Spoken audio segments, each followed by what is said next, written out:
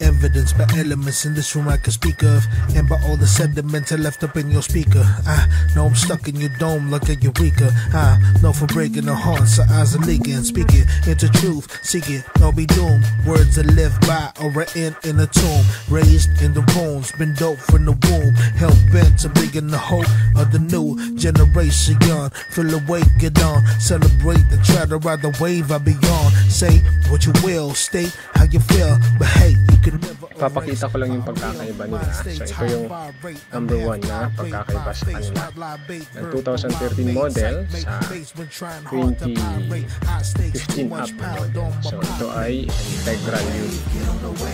So ito yung ipapalit ko. Ito yung 390 na black model. Ito yung socket na ito siya papuntang termination unit na. And then bukod na din yung headlight.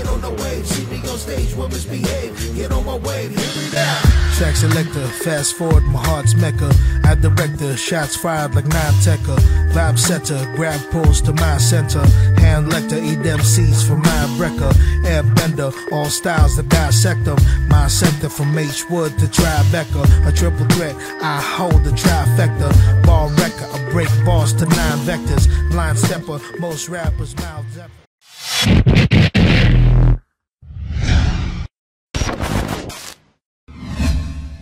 So, hello, what's up mga ka-orange, mga kapongkan? This is Orange Blooded Motomaniac.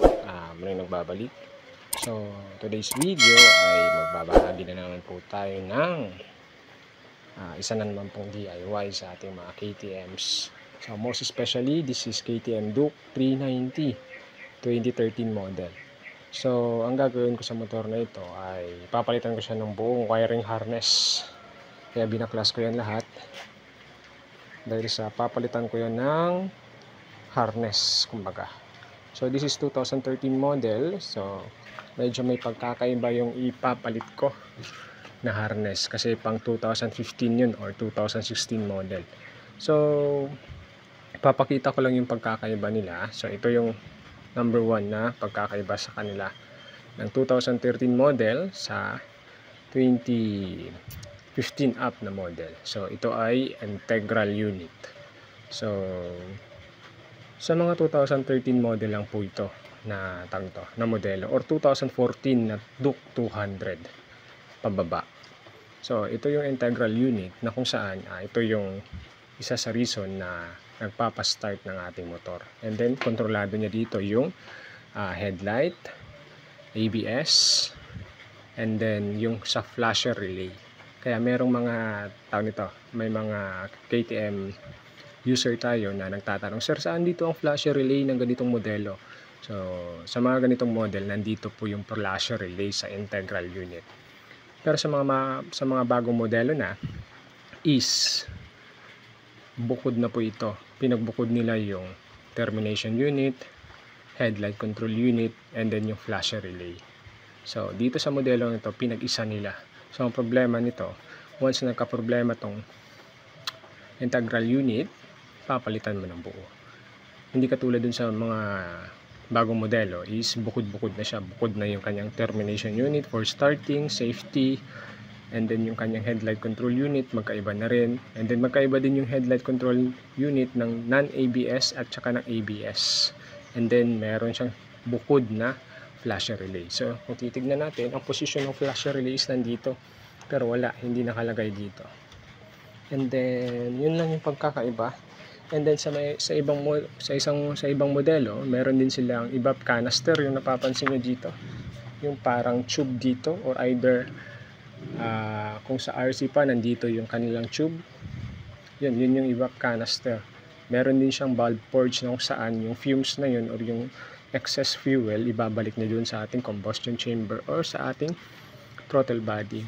Yung ibang throttle body naman is merong butas dito sa side, tapos may hose, and then merong valve purge, yung dito ata yung valve purge niya. Yun yung naghihigop ng fumes galing sa nito, excess na fuel or yung kumbaga yung nagsingaw na fuel. Yun. So, yun lang yung pagkakaiba nila. So far, lahat ng wires the same. So ito yung ipapalit ko. So nabili namin to sa eBay. Yung bansa is Chicago, USA po to na nabili.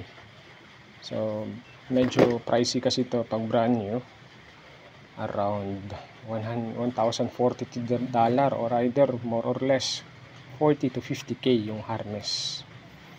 So meron lang siyang issue, nakita ko. Ito lang yung parang accessories line, naputol yung accessories line, pero socket lang naman yan. And then itong kanyang positive line ng ng battery. Pero so far okay po ito, working naman po yung unit ng tinanggalan nito. And then ito yung kanyang modelo. Yan, pwede siya sa 390 o sa 390 na Black Edition 2015. Ito yung mga 390 na Black yung modelo. And then yun nga, ang pagkakaiba lang nila is yung ito yung socket na ito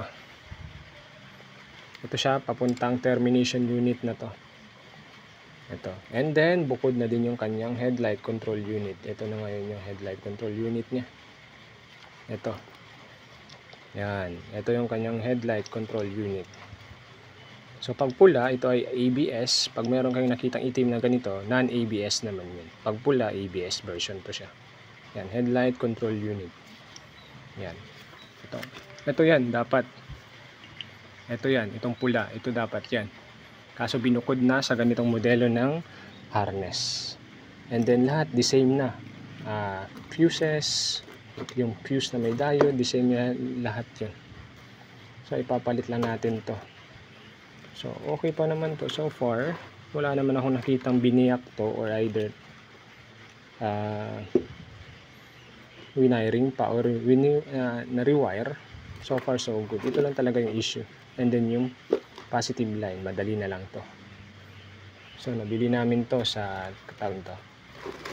US, Chicago ata, eBay.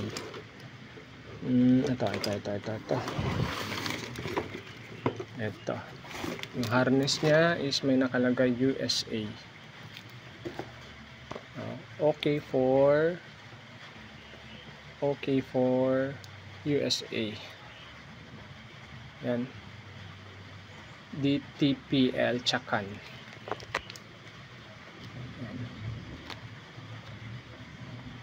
Yan.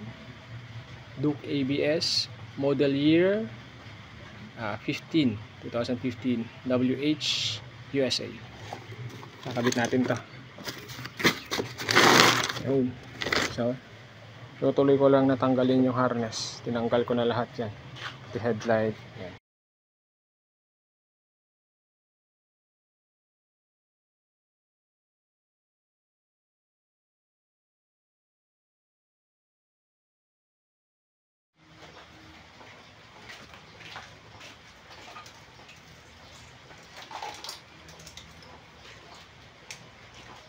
So ito yung harness ng 2013 model. So ilipat natin tong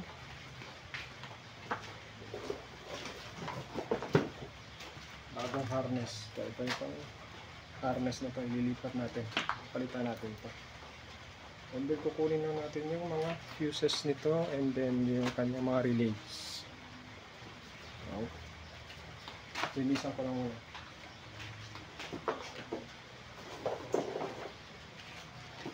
So, yun na nga po. Bali, hindi ko na video yung paglagay ko ng harness. The same na din naman kung paano tinanggal. Babalik lang natin.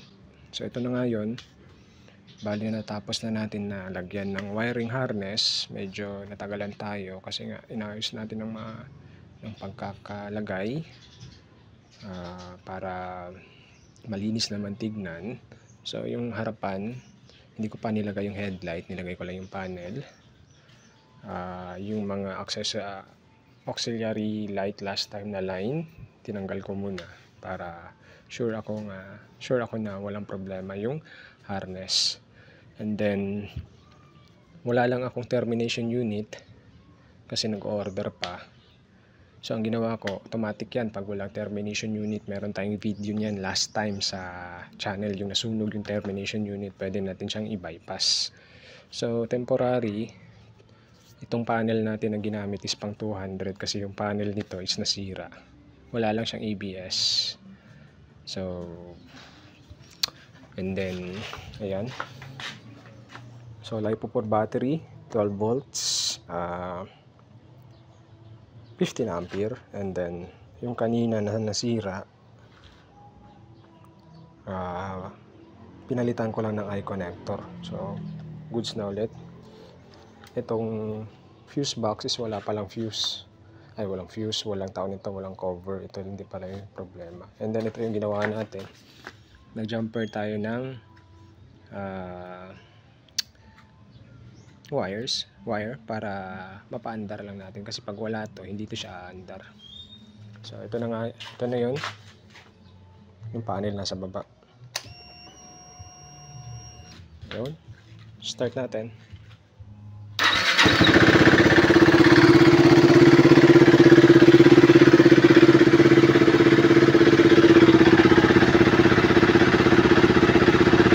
Walang ABS kasi Duke 200 na panel to.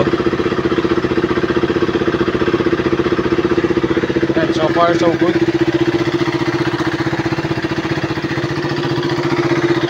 Wala tayong termination unit. Hindi pa natin nilagay. Order pa tayo. So one click lang. Ayos. Low fuel and then no bar. Wala pa minuto to.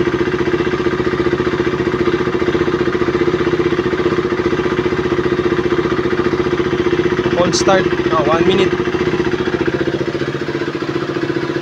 So ito na nga po yun. Bali natapos na natin na gawin yung motor. Ang hinihintay ko na lang dito is yung kanyang termination unit. So binaypass ko lang to para magamit-gamit, matest, para malaman natin kung meron bang problema. Pinapatakbo ko na to, and then so far wala namang problema. So isang reason nito ba't ko pinalitan ng buong wiring harness, kasi sa mga ganitong modelo, 2013 model, yung kanilang speedo or yung reading ng kanilang speed is nagsisiro. Chinek ko na lahat yung ABS, panel, pero ganun pa rin, nagsisiro pa rin sa 2013 model na harness. So alam niyan ng mga 2013 model na mga KTM Duke 390 kahit na walang problema yung charging nila. So most likely kasi once na nagsisiro yung charging, yung speedo, bumabalik sa zero and then babalik na naman sa normal speed, mostly ang problema yan is yung charging system or yung stator, mostly yung voltage niya mababa. So automatic ang titirahin yan or tatamaan yan yung kanyang speed or speedo niya. So ito ngayon, pinalitan natin ng buong wiring harness para mabukod natin yung ABS, yung headlight control unit, and then yung termination unit. So yun yung isa kong nakikitang reason kung bakit nagsisiro to. And then dahil sa katagalan na rin ng motor, 2013 pa, most likely nagbe-brittle na yung mga wires. So hindi ko na inaisa-isa. So pinalitan na lang ng buong harness, and then mas maganda tong ganitong harness kasi bukod na nga yung termination unit, pati yung kanyang headlight control unit, and then yung flasher relay. Kung meron mang magkakaproblema sa isa, madali na lang siyang i-troubleshoot. Hindi katulad ng isa, yung integral, talagang old model na siya, and then wala nang masyadong ganong wiring harness. And then isa din pala dito na may nakaabang dyan na socket na parang para sa tawag nito, sa valve purge or yung kanyang evap canister. So ganitong modelo, wala kasi siyang parang butas doon sa throttle body. So hindi ko na nilagyan ng valve purge and then yung kanyang evap canister. So far wala namang check engine na nakikita dito sa panel. So kung titignan natin, ito na nga yun.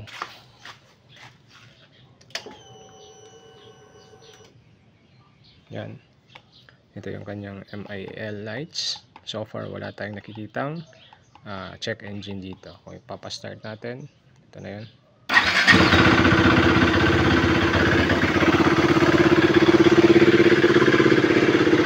Yan, working yan lahat.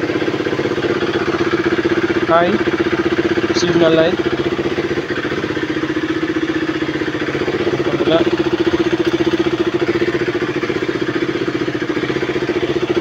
Yung kanyang horn. Yung kanyang voltage is 13.6. Aangat yan to 13.9 maya maya. So ano na yun?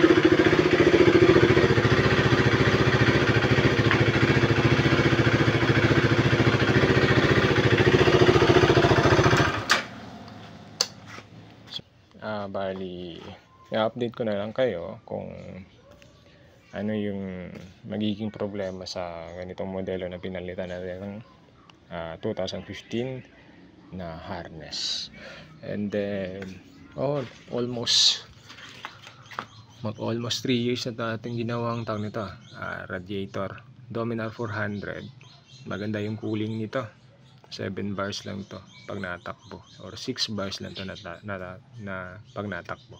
Minsan i-review natin to, yung ating na build na Dominar 400 radiator, and then yung radiator fan niya is pang V2. I-review natin to.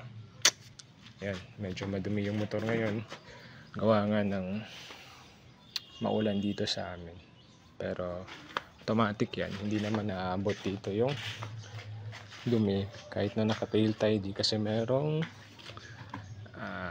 splash guard. So gawa lang to ng aking Uncle Roy Works. Yan, solid yung bracket niyan. Yan, solid yan, pati yung kanyang tawag nito, chain guard. And then modify din yung kanyang na-modify din natin to yung kanyang chain slider pang Dominar 400 yan. And then solid crash guard.